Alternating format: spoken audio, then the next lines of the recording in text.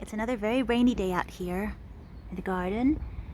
I've got my little quartet of citrus trees. I've managed to push them up against the house a little bit more for a bit more of protection against winds, cold winds, but they still get rained on quite a lot. It's just not stopping. We had such a rainy July, and now that we're in August, we've had a little bit of sunshine, but mostly it's raining. Let's have a little look at these trees. I am wondering if I should move them inside, but as we're in August, I want to wait until October, where it gets too cold for them really to be outside, just so they can get as much outside time as possible. It's just much better for them, isn't it? They seem to be really enjoying it despite the weather. There's lots of little fruits here. This is my red lime tree. It's doing really well. A little bit there that might indicate they might need a bit more food. That's the thing, when it's raining so much, I'm not able to feed them quite as much as I usually would. I usually have a good feeding schedule during the summer in particular. I give them like a special citrus feed once a week, and I haven't been doing quite that because it's been so rainy. And here we have my finger lime tree. You can see it was sold to me as a large finger lime, and the fruits themselves are bigger than fingers as they ripen.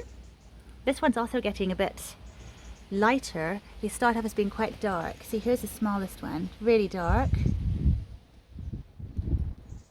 The thing about this finger lime tree is that thorns on it, super long and really sharp. And it just grows into this kind of thicket. There are lots of fruits down here that are deep in that thicket, so it's going to be fun to try to pick them at some point as they ripen. There's actually one way back there. There's two way back there. It's tricky to get to. There are quite a few, and they're doing really well, looking really pretty out here. And another one we have down here is my Kaffir lime. This is one that's amazing to use in like Thai green curries and things like that. It was only a really small plant, and when I finally took it outside, because it's very frost sensitive, it was covered in whitefly. And then we had this little flower come up, the feverfew. And the thing about feverfews is that they really repel pests. So since it's been growing up right next to the Kaffir lime, there have been no pests on it. I think also sometimes when they come outside, it clears them, all the pests just go away. It's just so much better for them to be outdoors. But I quite like having that little beautiful volunteer flower here. It's just starting to bloom now. Really cute. And finally, the fourth one we have is this really beautiful Sanguinello blood orange. When I got it, it was completely smothered in white flowers that just smelled amazing. We had it in the house because it was quite cold. I think it was back in March or something. And so, yeah, every time I walked past it, it was just the most amazing smell. Absolutely love citrus blossoms. Just so good. But of course they have so many flowers, and then they're known to also just drop lots. It did have a huge flower drop, and then we've had 3 fruits hold. Lots of them formed, but only 3 have held so far. They're going to be a nice little size here. They look quite pretty out in the rain. Here's another one, looking a little bit lighter than that one.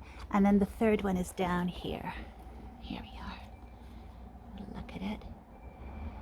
I have also seen that they say that blood oranges need cold temperatures to turn red.